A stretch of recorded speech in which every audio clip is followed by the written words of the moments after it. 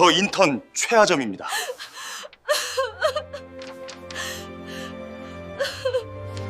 서울대학병원 로비 오후 3시 인턴 강유진. 차갑고 날카로운 목소리가 넓은 로비를 가득 채웠습니다. 하얀 가운을 입은 젊은 여성이 고개를 들었습니다. 떨리는 눈빛이었죠. 이런 실력으로 환자 손대지 마세요. 병원장의 한마디에 주변이 얼어붙었습니다. 23, 이제 막 의사의 길을 시작한 유진의 눈가가 붉어졌습니다. 고개를 숙였습니다. 참아야 했으니까요. 그 순간 복도 끝, 파란색 청소복을 입은 여성이 걸레를 든 채 멈춰 섰습니다. 떨리는 손, 흐르는 눈물, 입을 틀어막았습니다. 딸이 무너지는 모습을 지켜봐야 하는 엄마. 하지만 다가갈 수 없었습니다. 청소부와 인턴, 그 거리를 넘을 수 없었으니까요. 병원장이 돌아섰습니다. 냉정한 뒷모습이 복도 저편으로 사라졌습니다. 민서는 그 얼굴을 봤습니다. 심장이 멎는 것 같았습니다. 설마, 아니야. 그럴 리 없어. 이 충격적인 진실이 궁금하시다면 잠시 구독 버튼을 눌러주세요. 평범해 보이는 일상 속 숨겨진 이야기를 매일 전해드립니다. 그럼 3시간 전으로 돌아가 보겠습니다. 새벽 5시 좁은 원룸에서 알람 소리가 울렸습니다. 새벽 5시 낡은 알람 시계가 요란하게 울렸습니다. 민서는 눈을 떴습니다. 몸이 무거웠습니다. 어젯밤 11시까지 병원 청소를 했으니까요. 하지만 일어나야 했습니다. 좁은 원룸, 부엌이라고 하기엔 너무 작은 공간에서 가스레인지에 불을 켰습니다. 냄비에 물을 붓고 대추를 넣었습니다. 김이 모락모락 올라왔습니다. 대추차. 민서는 중얼거렸습니다. 10년 전부터 매일 아침 끓이던 차였습니다. 남편이 좋아했던 차였죠. 벽에 걸린 달력을 봤습니다. 오늘 날짜에 빨간 동그라미가 쳐져 있었습니다. 유진이 첫 출근. 침대에서 자는 딸을 바라봤습니다. 23, 이제 막 의사가 된 딸. 혼자서 여기까지 키워냈습니다. 서랍을 열었습니다. 오래된 사진 한 장이 들어 있었습니다. 하얀 가운을 입은 남자. 활짝 웃고 있는 얼굴. 여보, 보고 있죠? 우리 딸 오늘 드디어. 목소리가 떨렸습니다. 사진을 다시 서랍 깊숙이 넣었습니다. 보면 눈물이 나니까요. 대추차가 다 끓었습니다. 보온병에 담았습니다. 유진이 좋아하는 차였으니까요. 6시 민서는 약국으로 향했습니다. 보조 업무는 아침 7시부터였습니다. 1시간 먼저 나가 정리를 해야 했죠. 차가운 새벽 공기가 뺨을 스쳤습니다. 오늘 하루만 버티면 돼. 유진이 웃는 얼굴 보면 돼. 그렇게 스스로를 다독였습니다. 하지만 몰랐습니다. 오늘이 모든 것이 뒤바뀌는 날이 될 줄은, 그리고 10년 동안 숨겨져 있던 진실이 드러나게 될 줄은. 오전 8시 서울대학병원 정문 앞에 유진이 섰습니다. 하얀 가운이 아직 어색했습니다. 손에 든 명찰이 햇빛을 반사했죠. 인턴 강유진. 꿈꿔왔던 순간이었습니다. 의사. 10년 넘게 준비해온 그 이름. 긴장되죠? 옆에서 다른 인턴이 말을 걸었습니다. 유진은 고개를 끄덕였습니다. 엄청요. 떨려서 아침도 못 먹었어요. 저도요. 근데 오늘 병원장님이 직접 오리엔테이션 하신대요. 정말요? 네. 원래는 안 그러시는데 올해는 특별히. 인턴들이 강당으로 들어갔습니다. 넓은 공간, 하얀 벽, 앞쪽 단상에 마이크가 놓여 있었습니다. 25명의 인턴들이 자리를 잡았습니다. 웅성거리는 소리가 가득했죠. 그때였습니다. 문이 열렸습니다. 강당이 조용해졌습니다. 한 남자가 들어왔습니다. 40대 후반. 깔끔한 정장 위에 하얀 가운. 안경 너머로 보이는 날카로운 눈빛. 병원장님이시다. 누군가 속삭였습니다. 남자는 천천히 단상으로 걸어갔습니다. 발걸음 하나하나에 무게가 실려 있었습니다. 마이크 앞에 섰습니다. 서울대학병원장 한태민입니다. 낮고 침착한 목소리였습니다. 하지만 그 속에는 거부할 수 없는 권위가 담겨 있었죠. 이 병원에서는 실력만이 전부입니다. 출신도 배경도 인맥도 소용없습니다. 오직 환자를 살릴 수 있는 능력. 그것만이 여러분을 평가하는 기준입니다. 유진은 숨을 죽였습니다. 병원장의 시선이 인턴들을 천천히 훑었습니다. 한 명, 한 명 스쳐 지나갔죠. 그리고 유진에게서 멈췄습니다. 심장이 쿵쾅거렸습니다. 왜 저만 보시는 거지? 병원장의 눈빛이 흔들렸습니다. 아주 잠깐, 찰나의 순간이었지만 분명히 흔들렸습니다. 미간이 좁혀졌습니다. 뭔가 생각하는 듯한 표정이었습니다. 이상하다. 왜 저 학생만? 하지만 곧 시선을 거뒀습니다. 다시 냉정한 얼굴로 돌아왔습니다. 환자의 생명을 다루는 일입니다. 긴장하십시오. 그리고 매 순간 최선을 다하십시오. 오리엔테이션이 끝났습니다. 병원장이 강당을 나갔습니다. 유진은 가슴에 손을 얹었습니다. 아직도 심장이 빠르게 뛰고 있었습니다. 무서운 분이다. 저 눈빛. 그날 오후 유진은 첫 업무에 투입되었습니다. 병동 회진이었습니다. 그리고 그곳에서 다시 한번 병원장과 마주쳤습니다. 오후 1시 병동 회진 시간이었습니다. 유진은 다른 인턴들과 함께 복도에 섰습니다.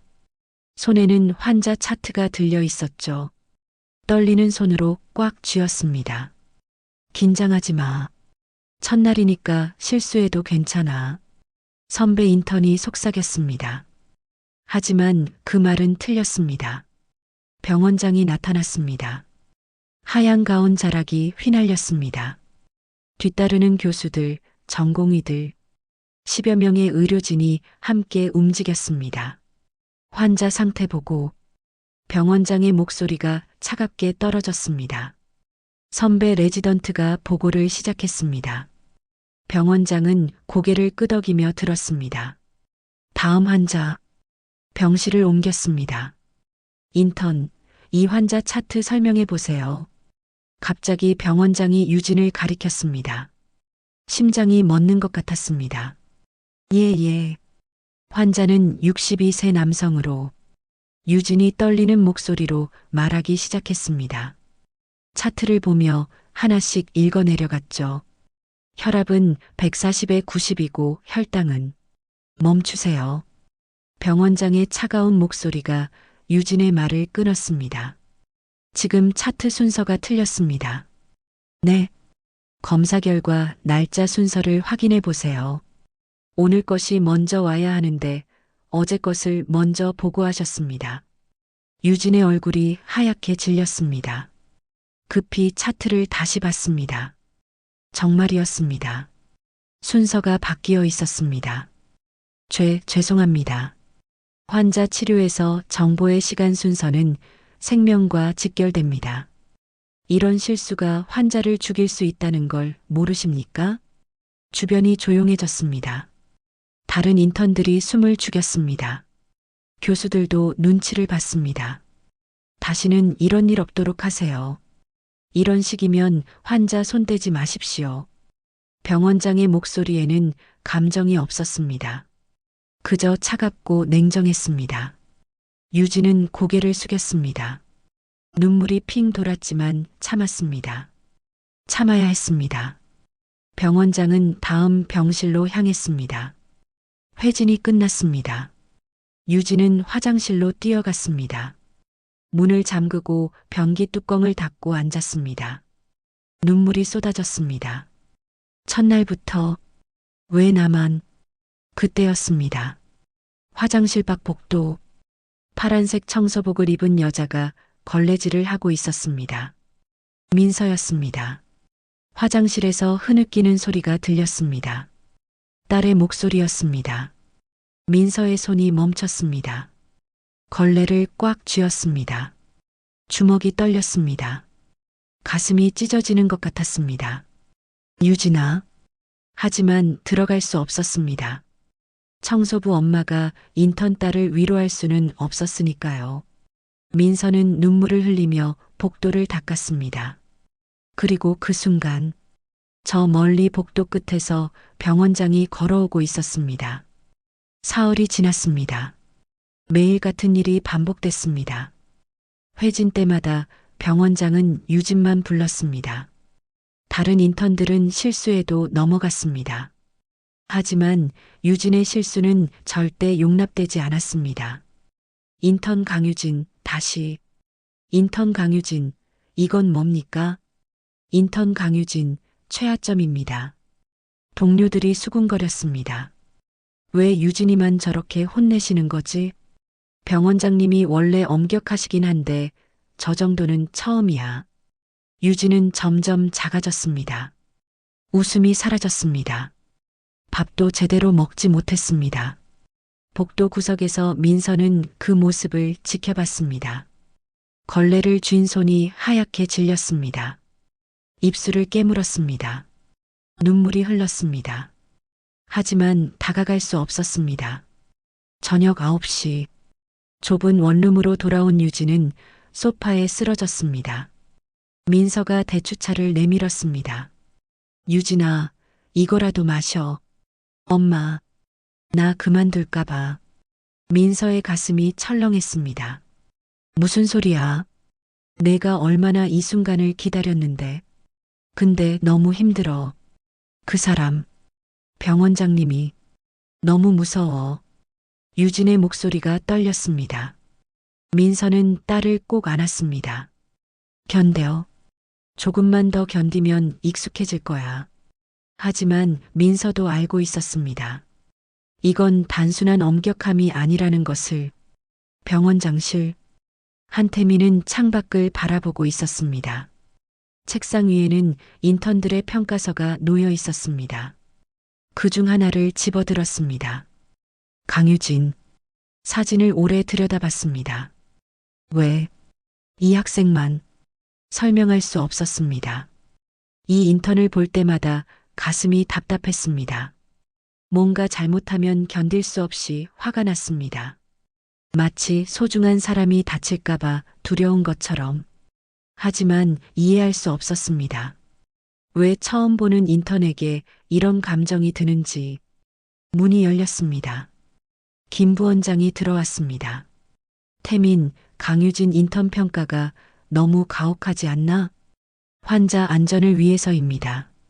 하지만 자네가 다른 인턴들한테는. 그만합시다. 한태민은 말을 끊었습니다. 김 부원장은 한숨을 쉬었습니다. 혹시 자네 그 학생한테서 뭔가 느껴지는 거 아닌가? 무슨 말입니까? 기억은 없어도 몸은 기억한다고 하잖나? 한태민은 대답하지 않았습니다. 김 부원장이 나갔습니다. 홀로 남은 한태민은 서랍을 열었습니다. 오래된 사진 한 장이 들어 있었습니다. 물에 젖어 흐릿했지만 세 사람의 윤곽이 보였습니다. 이 사람들은 누구지? 10년 동안 품고 있었지만 알 수 없었습니다. 그날 밤 민서는 잠들지 못했습니다. 옆에서 자는 딸을 바라봤습니다. 더 이상은 안 돼. 확인해야 해. 내일 병원장을 직접 만나기로 결심했습니다. 다음 날 오후 응급실에 비상이 걸렸습니다. 대형 교통사고, 환자 5명 동시 이송, 모든 인턴이 소집됐습니다. 유진도 뛰어갔습니다. 처음 보는 아수라장, 비명, 혼란, 손이 떨렸습니다. 환자에게 다가가려는 순간 의료기구가 쓰러졌습니다. 유진을 향해 누군가 그녀를 밀쳤습니다.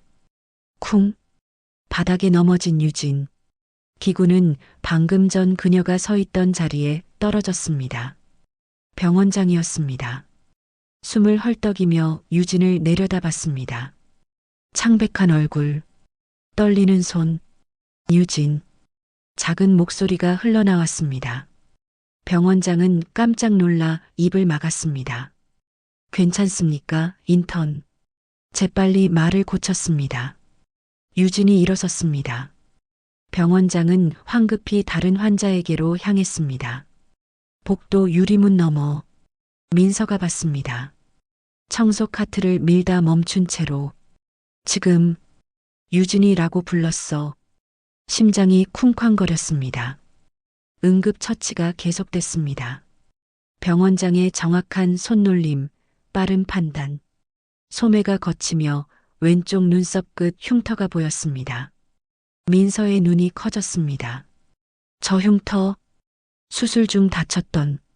상황이 진정됐습니다. 병원장은 휴게실로 갔습니다.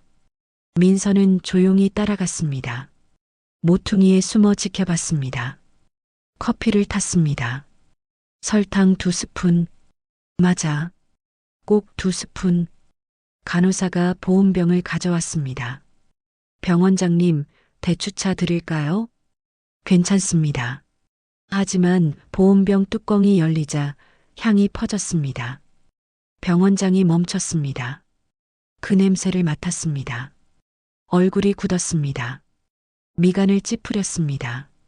이 냄새, 손으로 머리를 감쥐었습니다. 벽을 짚었습니다. 혼자 있고 싶습니다. 간호사가 나갔습니다. 병원장은 소파에 주저앉았습니다. 눈을 감았습니다. 머릿속에 뭔가 스쳤습니다. 따뜻한 아침, 기모르는 차, 웃는 여자. 하지만 흐릿했습니다. 대체 뭐지? 문 밖에서 민서는 눈물을 흘렸습니다. 동수야, 정말 당신이구나. 병원장이 휴게실을 나섰습니다. 복도에 민서가 서 있었습니다. 시선이 마주쳤습니다. 병원장의 눈빛이 흔들렸습니다. 뭔가 알 것 같은 하지만 확신할 수 없는. 민서가 입을 열었습니다. 서진우, 선생님 맞으시죠? 병원장의 얼굴이 굳었습니다. 죄송하지만 저는 한태민입니다. 목소리가 떨렸습니다. 왼쪽 눈썹 흉터, 커피에 설탕 2스푼, 대추차 냄새에 반응하시는 것. 모두 우연인가요? 민서의 목소리도 떨렸습니다. 병원장은 대답하지 못했습니다. 그저 민서를 바라봤습니다. 뭔가 아는 것 같았습니다. 하지만 기억나지 않았습니다. 당신은 누구십니까? 병원장실. 문이 열렸습니다. 김 부원장이 서류 봉투를 들고 들어왔습니다. 태민, DNA 검사 결과야. 무슨, 자네와 강유진 인턴. 부자 확률 99.99%. 한태민의 손이 떨렸습니다. 봉투를 열었습니다. 서류가 바닥에 떨어졌습니다. 자네는 서진우야. 10년 전 의료봉사 중 실종된. 저는 한태민입니다. 한태민은 10년 전 베트남에서 죽었네. 자네 신부는 임시로 만든 거야. DMZ 근처에서 발견됐을 때 신원 불명이었으니까. 한태민은 의자에 주저앉았습니다. 그럼 강유진은? 자네 딸이야. 청소부 강민서는 아내고. 눈물이 흘러내렸습니다. 내가 내 딸을 매일 울렸어요. 손으로 얼굴을 감쌌습니다. 그때 문이 열렸습니다. 최 교수였습니다. 재미있는 걸 들었군요. 신분 위조라. 내일 이사회 소집하겠습니다. 병원장직은 물론 의사 면허까지 박탈될 겁니다. 최 교수가 나갔습니다. 10년을 잃었는데 또 잃는 겁니까? 김 부원장이 말했습니다. 최 교수한테 비밀이 있어. 10년 전 사고 우연이 아니었네. 안전비 횡령했어. 증거 찾는 중이야. 그날 저녁 병원 옥상 한태민은 난간에 기댔습니다. 미안해. 정말. 문이 열렸습니다. 민서였습니다. 당신, 정말 동수였어요. 한태민은 돌아봤습니다. 저는 당신을 기억하지 못합니다. 알아요. 김 부원장님한테 들었어요. 민서가 다가왔습니다.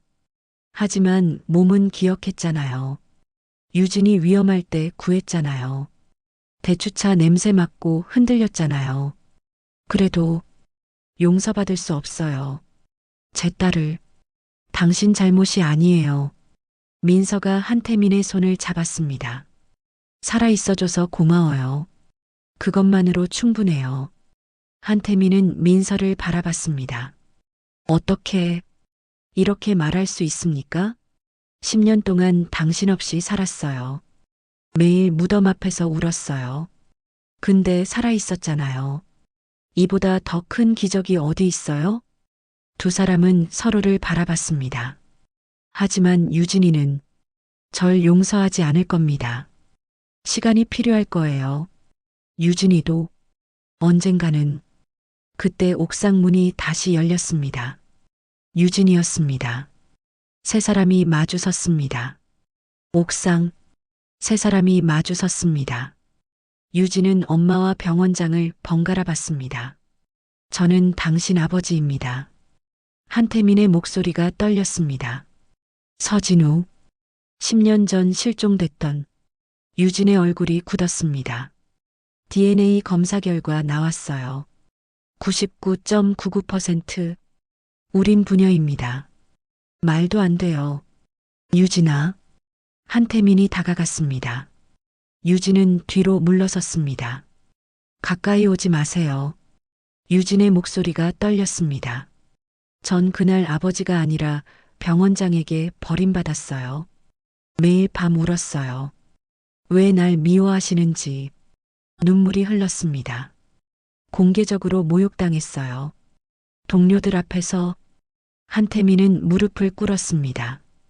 미안하다. 아빠가 미안해. 아빠라고 부르지 마세요. 유진의 목소리가 차가웠습니다. 기억 없으셨다는 거 알아요. 근데 전 용서 못해요. 당신은 제게 평생 잊지 못할 악몽이에요. 유진아, 제발. 엄마. 유진이 민서를 봤습니다. 엄마는 왜 말 안 했어요? 청소하면서 다 봤잖아요. 미안해. 엄마가 다가갈 수가. 민서도 울었습니다. 시간 주세요. 전 아직 준비가 안 됐어요. 유진이 돌아섰습니다. 문이 닫혔습니다.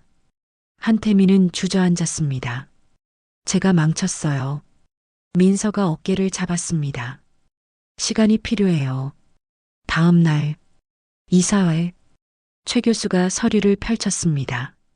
한태민의 신분 위조건입니다. 10년 전 사망한 한태민 신분을 도용했습니다. 이사들이 웅성거렸습니다. 병원장직 박탈과 형사고발을 제안합니다. 그때 문이 열렸습니다. 김 부원장이 서류 뭉치를 들고 들어왔습니다. 잠깐만요. 10년 전 의료봉사 사고 기록입니다. 서류를 펼쳤습니다. 안전비 3천만 원이 횡령됐습니다. 최 교수님, 당신이 총책임자였죠? 최 교수의 얼굴이 굳었습니다. 그래서 낡은 차량을 썼고 사고가 났습니다. 서진우는 그 사고로 기억을 잃었어요. 이사들이 최 교수를 쳐다봤습니다. 거짓말입니다.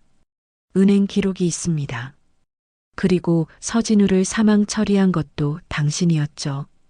은폐하려고. 경찰이 들어왔습니다. 최 교수가 연행됐습니다. 이사장이 일어났습니다. 서진우 박사, 당신은 피해자입니다. 병원장직 유지를 제안합니다. 하지만 한태민은 고개를 저었습니다. 사퇴하겠습니다. 제게 더 중요한 게 생겼습니다.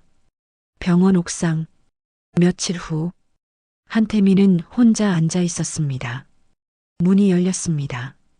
민서였습니다.